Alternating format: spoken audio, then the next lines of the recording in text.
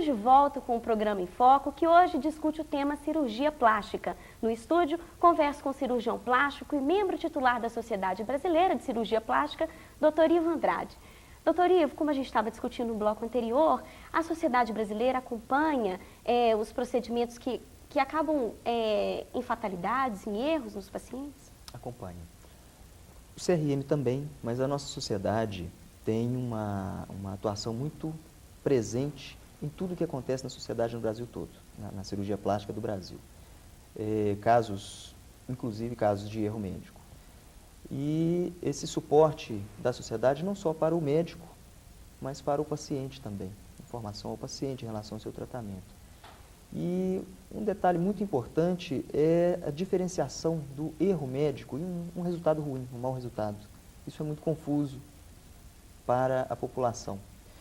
Quando a gente fala em erro médico, ele está relacionado a um ato de culpa do cirurgião.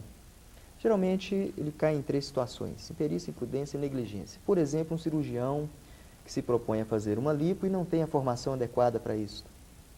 Um médico de uma outra área, ele não tem conhecimento e preparo suficiente para fazer. Ele está fazendo o tratamento ciente de que ele não deveria. O mau resultado é previsto. Uma assimetria de cicatriz, uma cicatriz alargada, que inclusive é passível de correção e é programada essa correção. Ela faz parte de um risco inerente àquele tratamento. Doutor, realmente são muitos os riscos que rondam o universo da cirurgia plástica, mas também nós ouvimos muito falar de médicos não especialistas que realizam o procedimento até em locais impróprios, né? O que o paciente deve fazer para ele não correr no risco de cair no falso cirurgião, né? Exatamente. É também uma situação muito comum hoje. A cirurgia plástica tem sido invadida de uma forma muito agressiva até por várias especialidades. A gente tem conhecimento de dermatologistas, ginecologistas, anestesistas, fazendo prótese, lipo. O paciente pode se informar de algumas maneiras. Primeiro, através da Sociedade Brasileira de Cirurgia Plástica.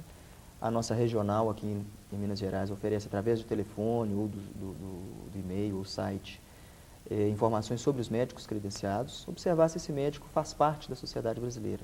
Sendo especialista, titular, se ele faz parte, ele já tem um mínimo de formação.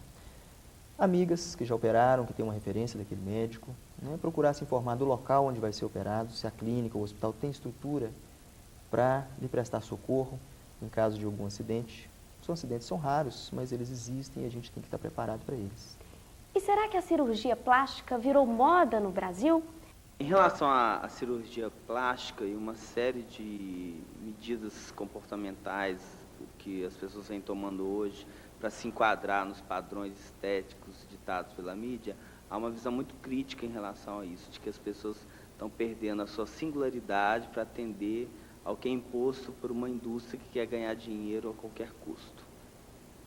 Por outro lado, esse modismo também tem outro lado negativo dele, é que as pessoas se espelham muito nas celebridades e querem ficar iguais às celebridades. Então, chega a estados patológicos, a pessoa fazer mais de 50 plásticas para tentar se igualar a um mito que ele nunca vai ser. Então, no final, você tem uma frustração e a pessoa não consegue se realizar. Doutor Ivo, a cultura da beleza está muito presente na nossa sociedade. Agora, a questão das crianças e dos adolescentes, né? O senhor acredita que, dentro de casa, os pais devem dar uma orientação especial para eles não se tornarem futuros pacientes que façam cirurgias meramente estéticas? Com certeza. Mas o que a gente observa, às vezes, é o contrário. Os pais já determinam para aquela criança que ela tem que seguir determinados parâmetros. E tem um dado muito interessante de uma professora, de uma pediatra, Anelisa Ribeiro, que fez um mestrado, entrevistou 1.200 adolescentes, pré-adolescentes e adolescentes. 2/3 estavam insatisfeitos com a sua imagem. A metade queria engordar, a metade queria emagrecer. E, doutor Ivo, quais são as cirurgias mais comuns que são realizadas? A cirurgia mais procurada é a lipoaspiração. Ela responde por metade das cirurgias chamadas estéticas. Depois, nós temos as cirurgias de mama, redutora ou aumento com a prótese é até mais frequente, e as demais cirurgias de face, nariz e as restantes. Então vamos assistir umas fotozinhas, enquanto elas vão passando, eu gostaria que o senhor comentasse dessas cirurgias, vamos ver. Ali a Daniele Vinitz, né? Silicone, cirurgia comum, quanto que custa, Cirurgia doutor? mal frequente. Cirurgia de prótese varia em torno de 5 a 8 mil reais. Esses valores são muito pessoais, depende do tratamento de cada paciente. E ali de nariz passou, quanto que aproximadamente? Em torno desses valores também. O que a gente deve tomar muito cuidado, a gente viu ali a cirurgia de prótese, é com o aspecto artificial. Não só para prótese, todas as cirurgias. Era muito comum o narizinho arrebitado, fininho, a face toda esticadinha, né? Aquele estigma de cirurgia plástica, a gente foge muito disso hoje. O objetivo é ser o mais natural possível e proporcionar para esse paciente a mudança de seu aspecto visual que lhe agrade. O senhor falou agora, né, do aspecto visual. Nós também temos aqui algumas cirurgias que foram extremas, né? Vamos ver, Ângela Bismarck, assumida, que já fez mais de 20 cirurgias. Carla Pérez. E o exemplo clássico, Michael né? Jackson é o nosso exemplo clássico do Michael Jackson. De exageros. Esse nariz jamais vai se conseguir reconstruir um nariz desse.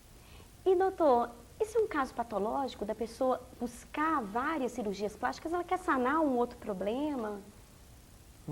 Existe uma doença chamada dismorfia ou dismorfismo corporal. É inclusive uma doença que pode levar ao suicídio. A pessoa persegue a padrões de beleza, de perfeição, que muitas vezes não são reais e que chega a extremos. Infelizmente, essas pessoas costumam encontrar cirurgiões que as operem. E temos também as situações de que não chegam a uma doença, ao dismorfismo, mas pessoas que têm um certo exagero na sua exigência com o próprio corpo e que é obrigação do cirurgião esclarecer para essa paciente se ela vai ter ou não benefícios em relação à sua cirurgia e recusar a sua cirurgia, esclarecer a ela o porquê e recusar a sua cirurgia caso esse benefício não seja interessante. Doutor, diante de tantas pesquisas, tantas evoluções na área, os cirurgiões plásticos também estão, né, atentados a fazer uma cirurgia plástica. O senhor faria uma cirurgia? Faria. Desde que ela se justificasse, faria. Infelizmente, o nosso tempo acabou e o programa de hoje chega ao fim. Eu quero agradecer ao cirurgião plástico e membro titular da Sociedade Brasileira de Cirurgia Plástica, Dr. Ivo Andrade. E para você de casa, obrigada pela companhia e até o próximo programa.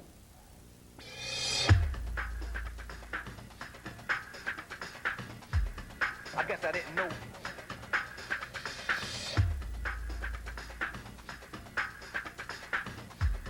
I guess I didn't know.